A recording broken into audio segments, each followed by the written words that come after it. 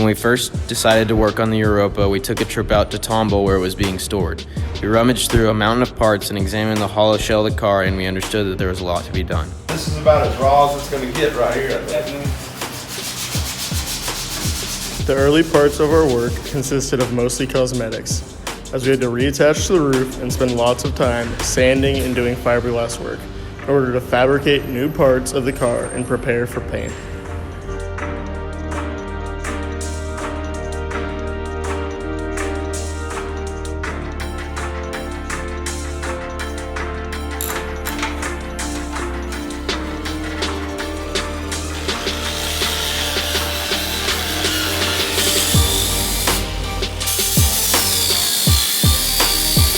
Once the long process of sanding the body was complete, we primed and painted the doors, hood, and body with the help of our generous friend Wallace.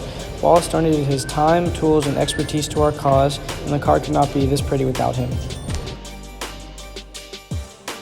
Then, with the help from some of our friends, the body was removed from the chassis, and we began the process of dismantling, cleaning, and rebuilding of the suspension, brake, and engine components.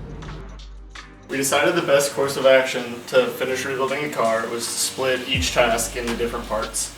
So to start off, we had Reagan working on suspension and brakes. I was in charge of wiring, and then Elias was in charge of the engine. And then we all kind of did the body together, I guess. The Europa's 4-cylinder engine took around 100 hours to complete and would produce around 100 horsepower.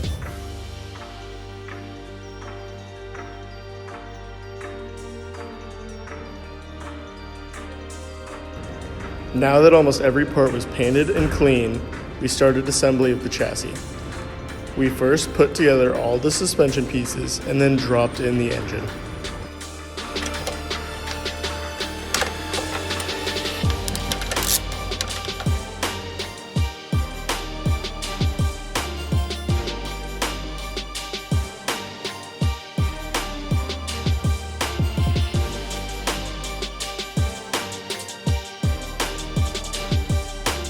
With help from more of our friends, we were able to put the body back onto the chassis.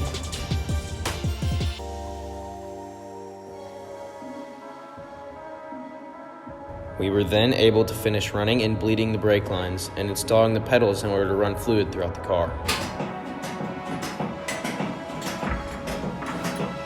So for my portion of the project, I had to do things like mount brakes, like mount the springs, rebuild like the whole interior of the brake pads on the rear end, and like run the brake line. So pretty much just like a lot of tedious work, but it was a very good learning experience. All right, go. Yeah, more cam that time. Air or water? Fluid.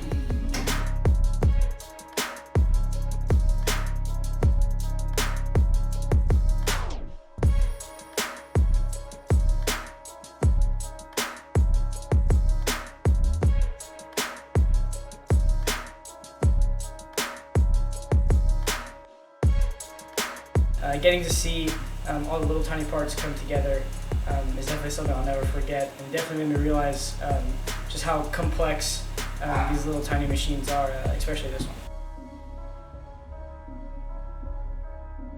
After 3 days of messing with the distributor, which controls when the sparks ignite the air-fuel mixture inside of the engine, we were finally able to start the car and work with the carburetor to ensure the proper amount of fuel was getting into the engine.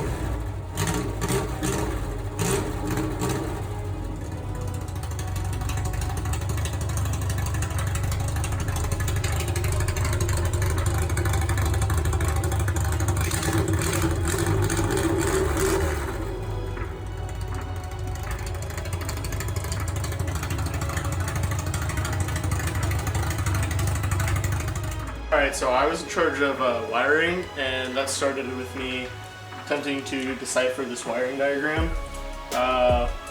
While it helped a lot, there were still many challenges with trying to match the correct wires.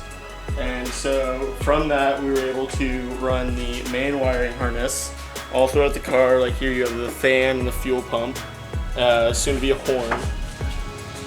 And then all of that leads through into these switches, which I'm able to turn on through this main power switch that we installed as a group, right there. And then in doing that, I can now turn on the ignition and the fan. That's the wiring. Between the four of us, we spent countless hours working on this car. Time was ultimately our biggest conflict.